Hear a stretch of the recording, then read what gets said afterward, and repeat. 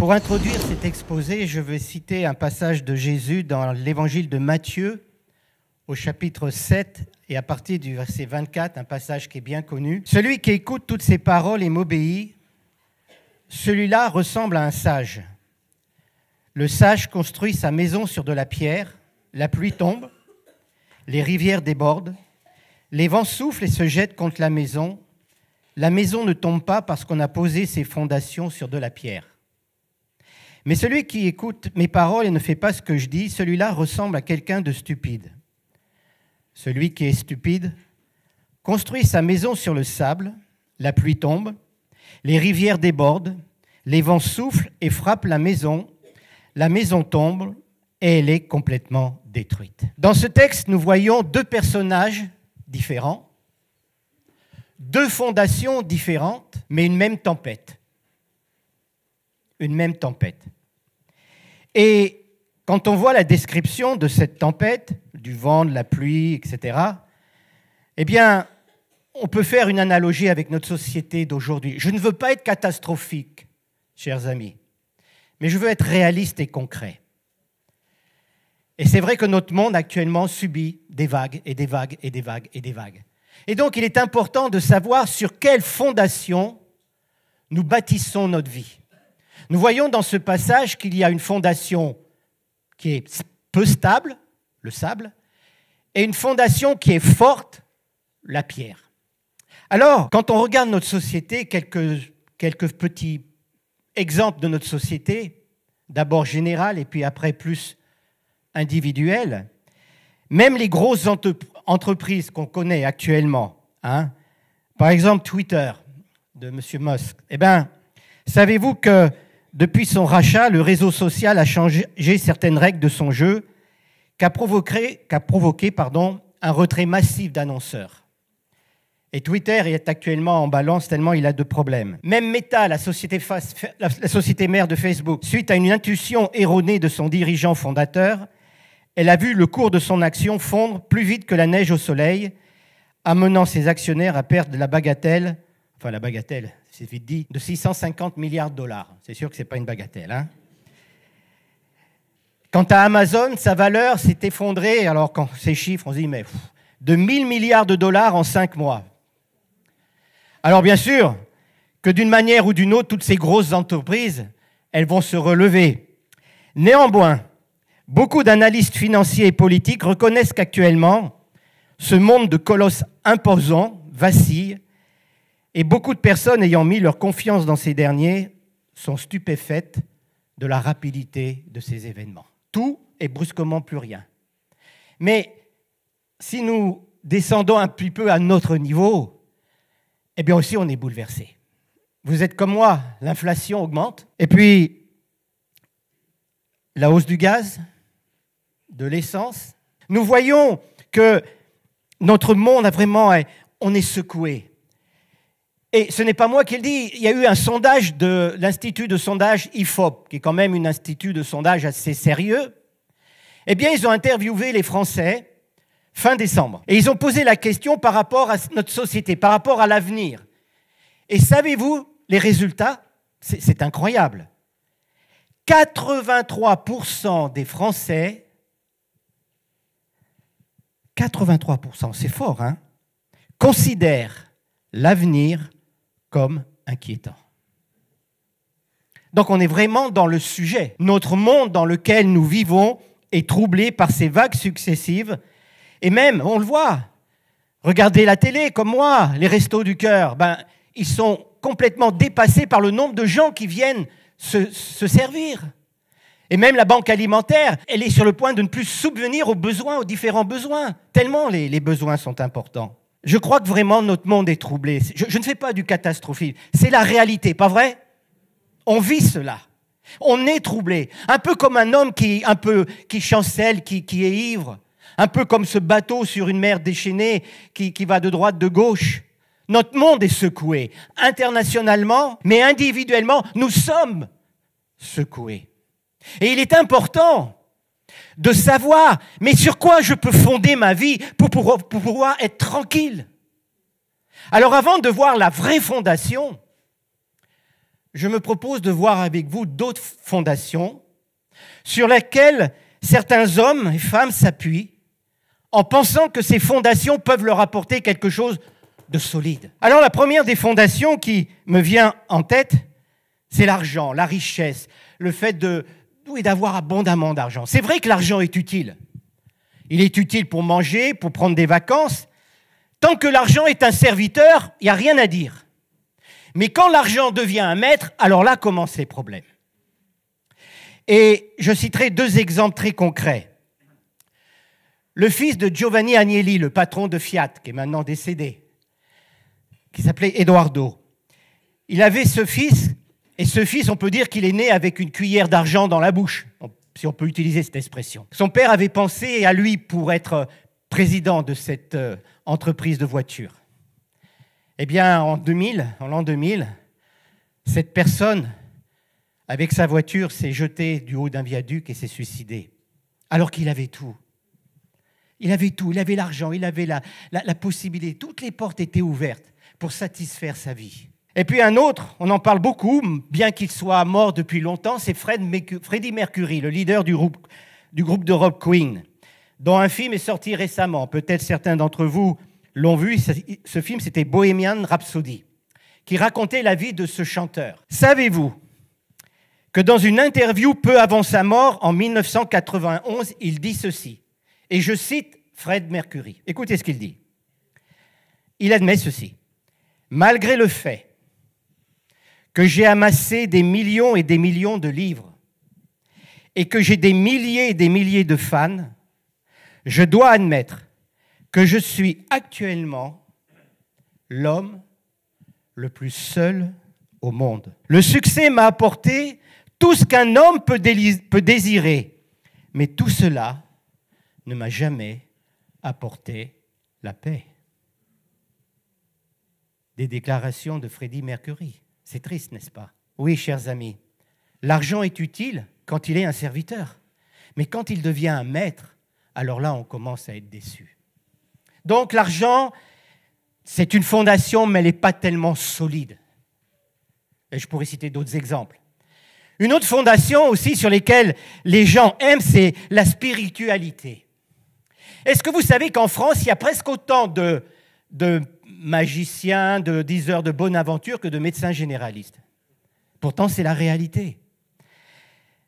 Ah, je parle donc bien sûr des devins, des astrologues, des mages, qui ont pignon sur rue, ou des horoscopes qu'on voit un peu partout dans nos journaux. Vous prenez le métro, vous avez les horoscopes avec tous les signes du zodiaque, etc., etc., etc. Et c'est étonnant, mais quand les gens achètent un journal, la première chose qu'ils regardent quand ils achètent le journal, c'est l'horoscope. C'est étonnant, mais c'est la réalité. Il y a des sondages qui ont montré cela. Et en quelque sorte, je comprends. L'avenir est tellement inquiétant. 83% de Français ont peur par rapport à l'avenir, que les gens veulent savoir quelque chose. Ils veulent du concret. Alors ils vont vers ces personnes en leur disant « Mais qu'est-ce qui va se passer pour ma vie ?» Et peut-être parmi nous, ce matin, des personnes ont été voir des magiciens, des mages, des marabouts, des diseurs de bonne aventure. Vous peut-être fait tirer les lignes de la main, que sais-je, pour savoir quel est mon avenir. Est-ce que vous savez que dans la Bible, il y a un passage qui, on peut dire, remet les pendules à l'heure. Dans le livre du Deutéronome, il y a écrit ceci, au chapitre 18, verset 10. « On ne devra trouver parmi vous aucune des personnes suivantes. » Alors, quelqu'un qui pratique la magie, qui interroge les charlatans, qui lit dans le ciel, qui devine l'avenir, qui pratique la sorcellerie, qui envoûte les gens, qui jette des sorts, ou qui, d'une manière ou d'une autre, consulte les morts. Ça, c'est le spiritisme. Ceux qui font cela, le Seigneur, votre Dieu, les a en horreur. En horreur? Mais c'est fort, ces paroles. C'est écrit. Dieu n'agrée pas ces choses. Alors, si Dieu n'agrée pas ces choses, ça vient de l'autre. Parce que si vous croyez en Dieu, vous devez croire au diable, puisque le diable, c'est un être déchu. C'est un ange déchu. Mais le but de l'ennemi, c'est de nous faire croire que tout cela, c'est pour faire peur aux petits-enfants, cette image un peu d'Épinal, du diable tout habillé en noir avec une grande fourche. Non, non, non, non, non, non, non. Il essaye par tous les moyens de faire croire aux gens que tout ça, c'est anodin. Je suis d'accord avec vous. Il y a une grande majorité de charlatans qui profitent de la crédulité des gens et qui veulent votre porte-monnaie. Là, je suis d'accord avec vous. Il y a un grand nombre de charlatans. Mais parmi toutes ces personnes, il y a des personnes qui ont des pouvoirs occultes. Et je peux vous le dire, nous qui sommes dans le ministère, que l'occultisme ou l'ésotérisme, c'est vrai. Et qu'il y a un danger là-dedans. Et que ces personnes sont libérées uniquement quand elles demandent la prière dans le nom de Jésus. Chers amis, je comprends que des personnes se tournent pour essayer d'avoir une fondation stable. Mais ça aussi, ce ne sont que des choses de néant qui n'apportent que des choses de néant. Et si quelqu'un parmi nous consulte les horoscopes, va voir les astrologues, ou même vous avez un mage qui vous a donné des amulettes, des pendus, enfin peu importe, arrêtez, arrêtez. Elles ne vous apporteront rien de particulier. Un autre moyen,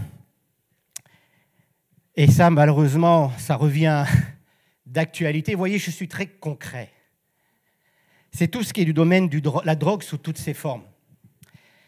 Je suis étonné d'apprendre, en lisant et en écoutant les médias, le nombre de personnes du domaine politique, du domaine des stars, qui sont accrochées avec la drogue, et notamment cette fameuse cocaïne. Au cours de ma carrière professionnelle, à un moment, j'ai travaillé à l'Hôtel Dieu, à Lyon. Il y avait un service du professeur Trépeau, et c'était un service qui s'occupait des sidéens, c'est-à-dire des gens atteints du sida.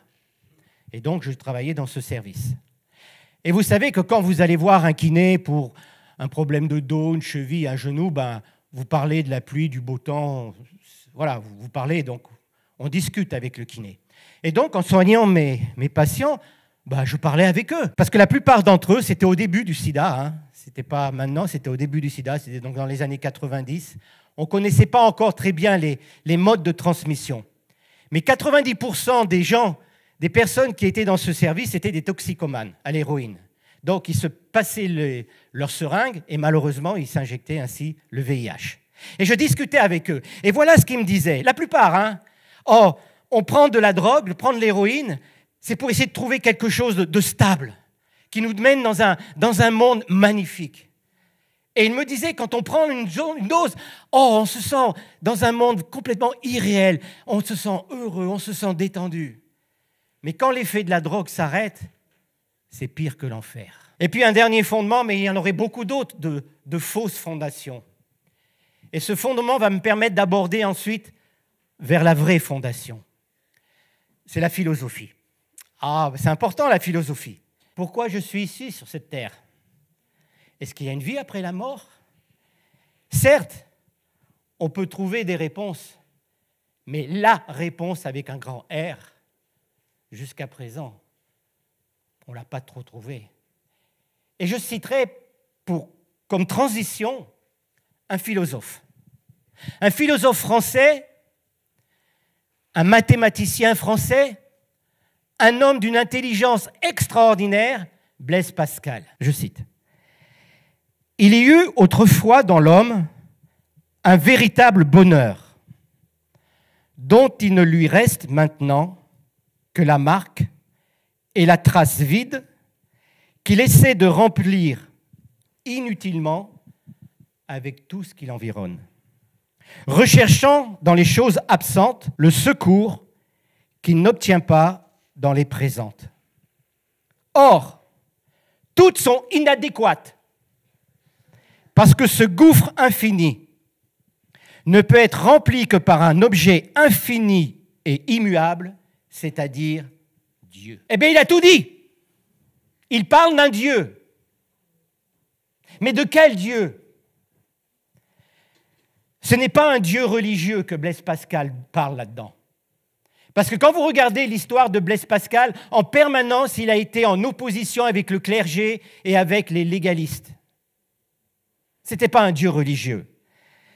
Ce n'est pas un Dieu légaliste. Ce n'est pas un Dieu impersonnel qui ne s'intéresse pas à l'homme ni à ses problèmes. Ce n'est pas un maître absolu qui demande à l'homme une obéissance absolue. Non, ce n'est pas le Dieu gendarme bâton, vous voyez ce que je veux dire. Tu fais le bien, je te bénis. Tu fais le mal, tu vas ramasser. Ce que Blaise Pascal essaye de dire, c'est que ce Dieu est un Dieu personnel, qui t'aime et qui veut que tu sois son enfant. Et ce Dieu personnel, il a été manifesté à travers Jésus-Christ lorsque le Christ est mort sur la croix. Et ce que je voudrais vous dire, c'est que la vraie fondation, basée sur le roc, ce n'est pas un Dieu, comme je vous l'ai dit, impersonnel, un Dieu difficile, un Dieu qui demande une obéissance absolue à son esclave, mais c'est un papa. La Bible nous dit, dans l'épître de Paul aux Romains, au chapitre 8, versets 14 à 17, je cite, « Vous n'avez point reçu un esprit de servitude pour être encore dans la crainte, mais vous avez reçu un esprit d'adoption par lequel nous crions « Abba, Père », littéralement « Papa ». L'Esprit lui-même rend témoignage à notre esprit que nous sommes enfants de Dieu. Or, si nous sommes enfants, nous sommes aussi héritiers, héritiers de Dieu et co-héritiers de Christ. Alléluia. Notre Dieu est un papa et il veut avoir avec nous, il y a eu des paroles prophétiques qui ont été données ce matin, une relation d'intimité d'un père avec un fils. Il est écrit également que ce moyen que Dieu a permis pour nous faire découvrir Jésus-Christ, eh bien, permettez-moi de vous présenter très rapidement l'Évangile. L'homme et Dieu étaient ensemble au début. Et à un moment donné, l'homme n'a plus voulu de cette présence de Dieu. Donc, il s'est détourné de Dieu. Il a pris un autre chemin. Ça s'appelle le péché. Quand les archers grecs visaient leur cible et que la flèche manquait la cible, l'expression qu'ils utilisaient, « ma flèche a péché ». Donc, le péché, c'est cela. L'homme a pris une autre direction. Et en se séparant de Dieu, il a créé un gouffre entre l'homme et Dieu. Et il a marché. Alors bien sûr, l'homme régi par l'homme, ça entraînait les racismes, ça entraînait les guerres, ça entraîne l'injustice, ça entraîne tout ce qu'on voit dans ce monde. Dieu est innocent, il n'a rien à voir avec tout ça. Alors que faire? Dieu aurait pu très bien, bon, tu n'as pas voulu de moi, eh bien débrouille-toi. Dieu aime tellement l'être humain qu'il a dit, il faut que je trouve un moyen pour ramener l'homme à moi. Et il dit, voilà, je sais ce que je vais faire. Je vais envoyer mon fils sur la croix, payer pour les hommes, pour la faute qu'ils ont faite. Et en mourant sur la croix, eh bien, leurs péchés seront pardonnés et ils pourront revenir en moi. En quelque sorte, si Dieu est là, si l'homme est là, Jésus est le médiateur que Dieu a envoyé pour que l'homme puisse revenir à lui. Et c'est ce qu'il est écrit dans la parole de Dieu. Je vous cite quelques passages. Ce fameux passage de Jean 3,16. « Dieu a tant aimé le monde qu'il a donné son Fils unique, afin que quiconque croit en lui ne périsse point, mais qu'il ait la vie éternelle. » Ou il y a d'autres passages qui nous disent que Jésus est mort sur la croix. Il y a un seul médiateur entre Dieu et les hommes, dans la première épître de Timothée. Il y a un seul médiateur entre Dieu et les hommes, Jésus-Christ. Jésus-Christ, en mourant sur la croix, est le moyen pour permettre à l'homme de être réconcilié avec Dieu. Mais l'homme doit faire quelque chose. Puisque l'homme s'est détourné de Dieu, il faut qu'il fasse demi-tour. Et demi-tour, ça veut dire se convertir. La conversion, ce n'est pas changer de religion. Ce n'est pas de catholique passer à protestant, protestant à catholique, bouddhiste. Non! On utilise le mot conversion pour changer de religion, mais ça n'a rien à voir. Le vrai sens du mot conversion, c'est faire demi-tour. Alors, je fais demi-tour et je reviens vers Dieu par le moyen de Jésus. Et là, mes péchés sont pardonnés, ma vie est changée, la séparation que j'avais avec Dieu est finie et je reçois sa paix qui ne dépend pas des circonstances. La paix dans ce monde troublé, c'est uniquement Jésus. Et même à travers les difficultés de la vie, il est notre paix.